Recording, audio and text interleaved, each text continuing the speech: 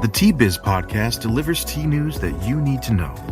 A recap of the week's major headlines with commentary and cultural trends hosted by Dan Bolton. It is the voice of origin for tea professionals and enthusiasts worldwide. Think of us as a digital caravan of storytellers, bringing authentic, authoritative, and exclusive stories to you weekly from the tea lands.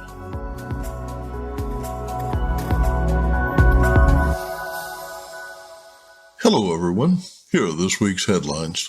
China eases travel restrictions. The Sri Lanka crisis worsens. And a sustainability survey reveals the tea industry's cautious optimism. More in a minute, but first, this important message. What makes a perfect cup of Ceylon tea? The perfect cup is from the tea businesses that ensure the protection of all the children living within their tea estates. We salute Kailani Valley, Talawakili, Bogawanthalawa, Harana, and Eliptia tea estates. Support Save the Children, Sri Lanka. China announced an easing of travel restrictions that will enable tea buyers to more conveniently visit the world's largest tea-producing country. China's Health Commission on Tuesday reduced quarantines for inbound travelers to 7 days in a state-run facility, followed by self-monitoring at home or hotel for 3 days. The advisory cuts mandatory isolation in facilities by half from 14 days, but is unlikely to lead to the complete elimination of quarantines. President Xi Jinping defended zero COVID as the most effective economic approach this week.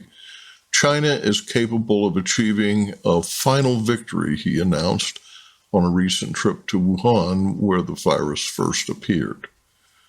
Prior to the pandemic, tea buyers from every consuming country traveled often to China for a week to 14 days, visiting brokers, exporters, tea markets, and growers on their farms. The imposition of a 21-day isolation period in 2020 and a later requirement that inbound visitors be restricted to quarantine facilities virtually eliminated in-person visits. Instead, the tea industry adapted by hosting webinars, remote tastings, and increased sampling. Tea associations and fairs were conducted virtually. Buyers with long-standing relationships were able to conduct business as in past years, but travel restrictions inhibited retailers from establishing new sources and made it difficult for tea gardens to expand their clientele. Far more troubling for wholesalers, importers, and exporters were COVID's impact on maintaining inventory, reliable delivery, and the significant increase in shipping expenses. In rural areas in Sri Lanka, India, and Africa, initial ad hoc lockdowns have evolved into practical guidelines, often resulting in more frequent rounds and greater yield. In Iran and Azerbaijan, travel restrictions prevented migrant workers from harvesting tea and encouraged workers to devote themselves full-time to the tea fields. Business Insight. Wholesalers and retailers expect sourcing via the internet will never eliminate buying trips. Consumers, on the other hand, favor buying online, often ordering tea direct from the farm. Proprietary research from the online platform Podium reveals that since the pandemic, 40% of local retailers say they are spending more on their digital presence than ever before. Sri Lanka this week halted sales of non-essential fuel for 2 weeks. Cooking gas is in short supply, and food inflation exceeds 57%. Foreign currency reserves are depleted. The country has defaulted on $51 billion in foreign debt, and the devaluation of the national currency is severe. Citizens are asked to remain in their homes where few can earn a daily wage. Nightly protests are growing as middle-class doctors, bankers, lawyers, and educators join desperate farmers and trade workers in the streets, where several people have been killed and 300 were injured last month. The disruption to the tea industry is extensive, as factories must operate on limited schedules and workers struggle to transport the harvest. The United Nations World Food Program reports that 22% of Sri Lanka's population, mainly rural and primarily agricultural, are, quote, food insecure and in need of assistance, end quote. Malnutrition is rising. Sri Lanka's prime minister told lawmakers the economy had, quote, completely collapsed and is seeking a $3 billion bailout from the International Monetary Fund. Politically, the IMF reforms are likely to end import restrictions, increase taxes, and force the government to sell unproductive enterprises. Business Insight. Long term, the crisis is shifting the market for orthodox tea away from Sri Lanka, currently the largest exporter by value. India has stepped up the production of orthodox tea and is aggressively pursuing buyers formerly under contract with Sri Lanka. India is also bypassing sanctions by avoiding transactions in dollars and delivering shipments to Russian buyers through Georgian ports on the Black Sea, as well as overland via Pakistan. The Indian government, benefiting from the inexpensive price of Russian oil, is offering $4 billion in financial aid to offset China's generous infrastructure loans to Sri Lanka. China is willing to lend additional funds on favorable terms, but will not forgive Sri Lanka's existing debt and insists that foreign currency reserves increase sufficiently to provide a 3-month cushion. A decade ago, when tea executives were asked to evaluate the sustainability of the tea industry on a scale of 1 to 10, with 10 ranking best, the average score was 4.4. In 2022, respondents who were asked the same survey question reported some progress as the average sustainable practices ranking increased to 5.5. Will another decade make a difference? Survey respondents were cautiously hopeful, ranking the overall sustainability of the industry in 10 years at 6.9 on a scale of 10. This spring, First Tea, the U.S. subsidiary of China's Goodricke Group, in partnership with the Tea and Coffee Trade Journal, hired Crothers Consulting to survey tea executives and related industry respondents over a 2-month period.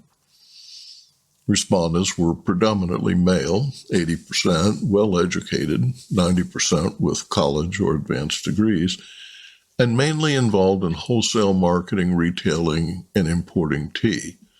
Half worked in the U.S., UK, or Canada, with 18% in India and 32% located elsewhere. Here are a few highlights. 84% of respondents in tea and related industries believe that the environment and carbon footprint of the industry is the most important sustainability issue to consumers. Respondents cited organic certification as the most important sustainability standard to consumers. Climate change worries 80% of respondents who cited changing rain patterns, unpredictable weather, and extreme heat as primary risk factors.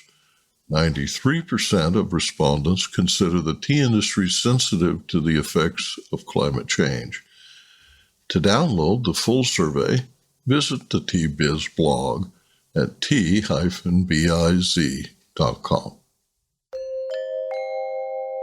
Arvinda Anantharaman in Bengaluru reports on this week's tea auction prices.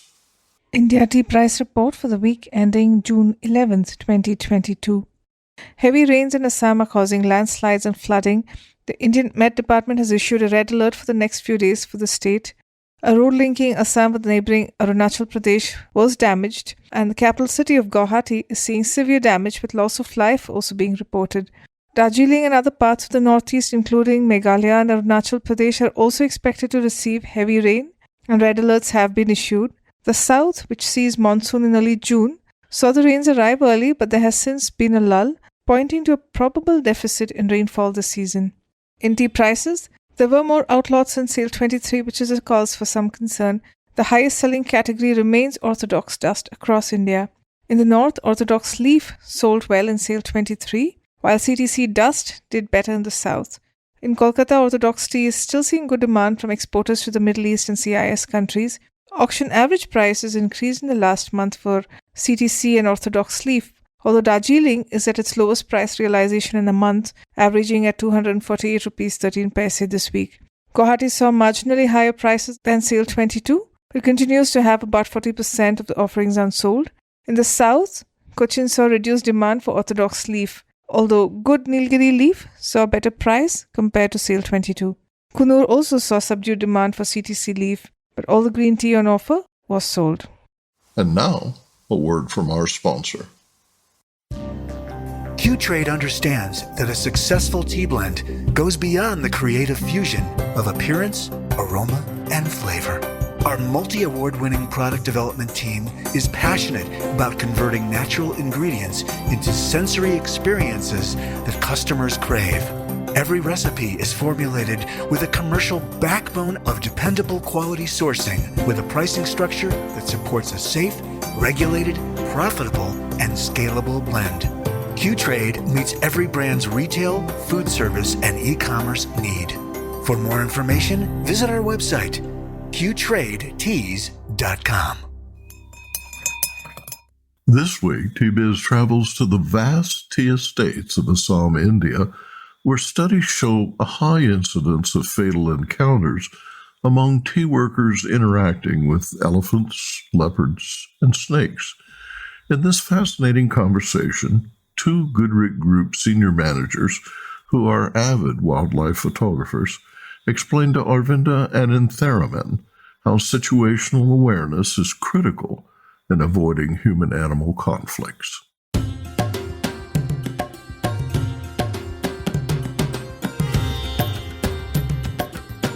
Across India, tea estates are important pockets to preserve that biodiversity.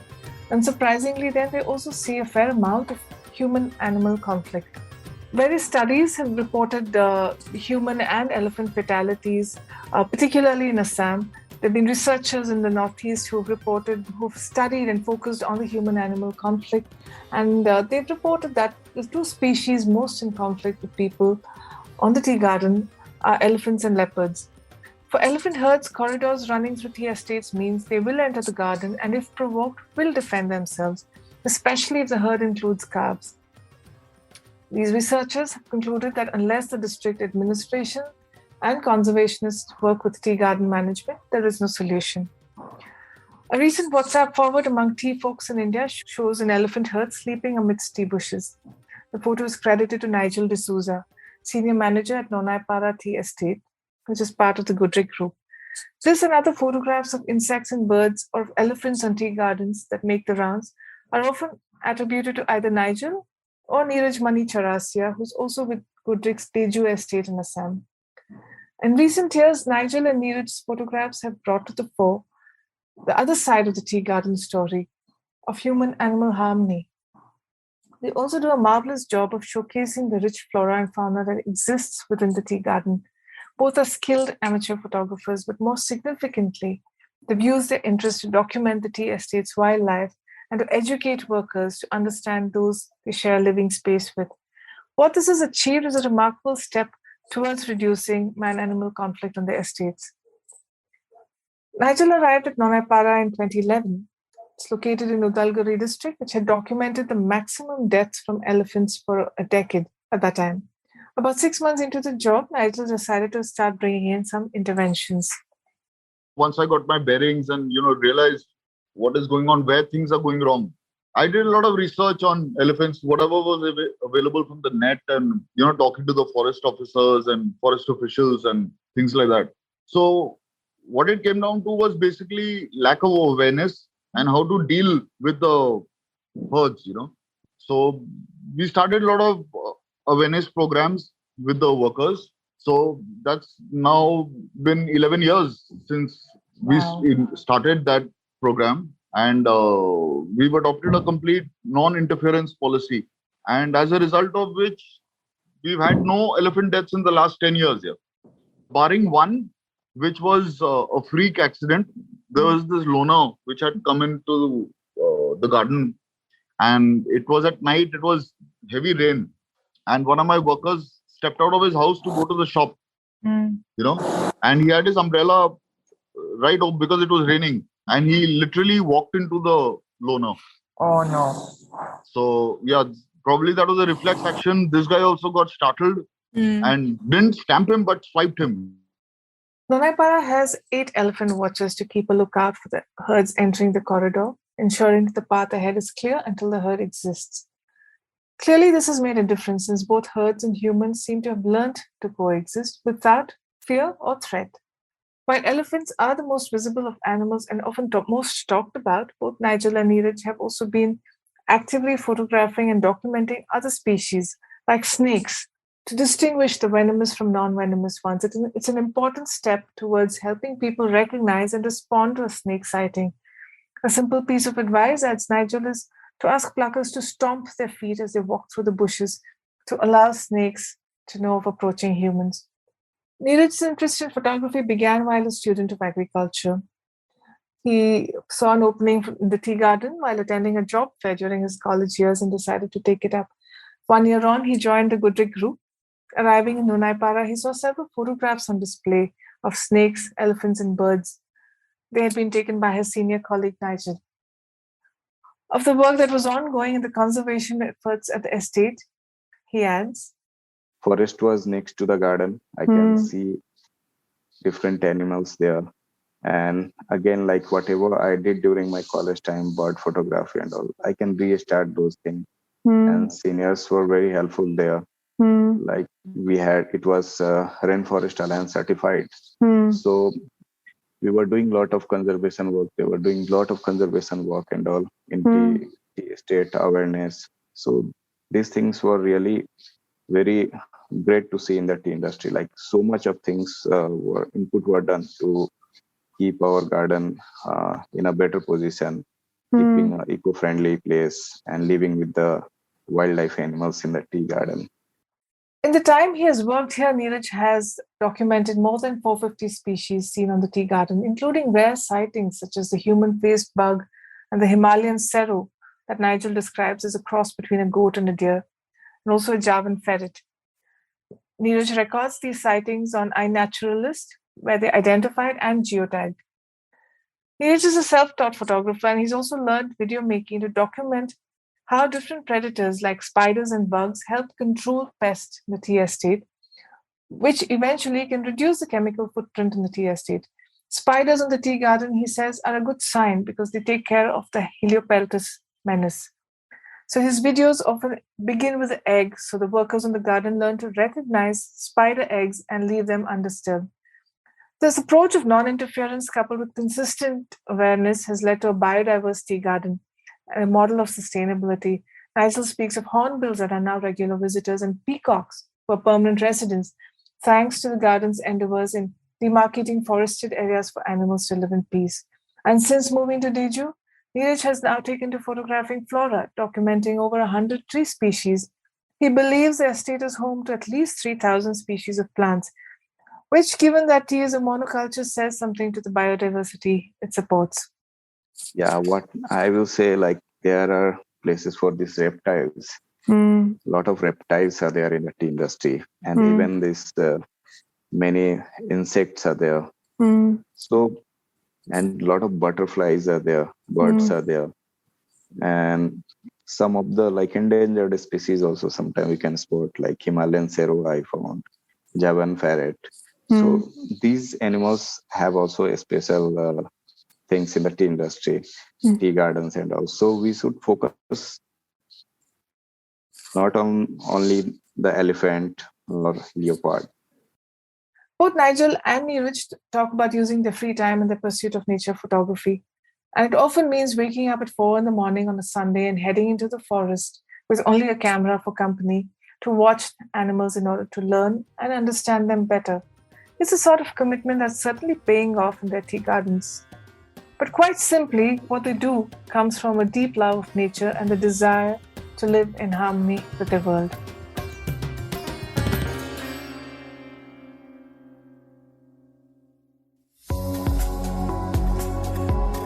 Intrigued by what you heard in today's podcast? Would you like to learn more from our global network of tea-biz journalists and tea experts? Remember to visit the Tea-Biz website for more comprehensive coverage. That's www.t-biz.com.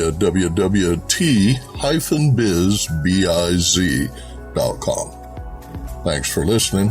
Farewell till next week.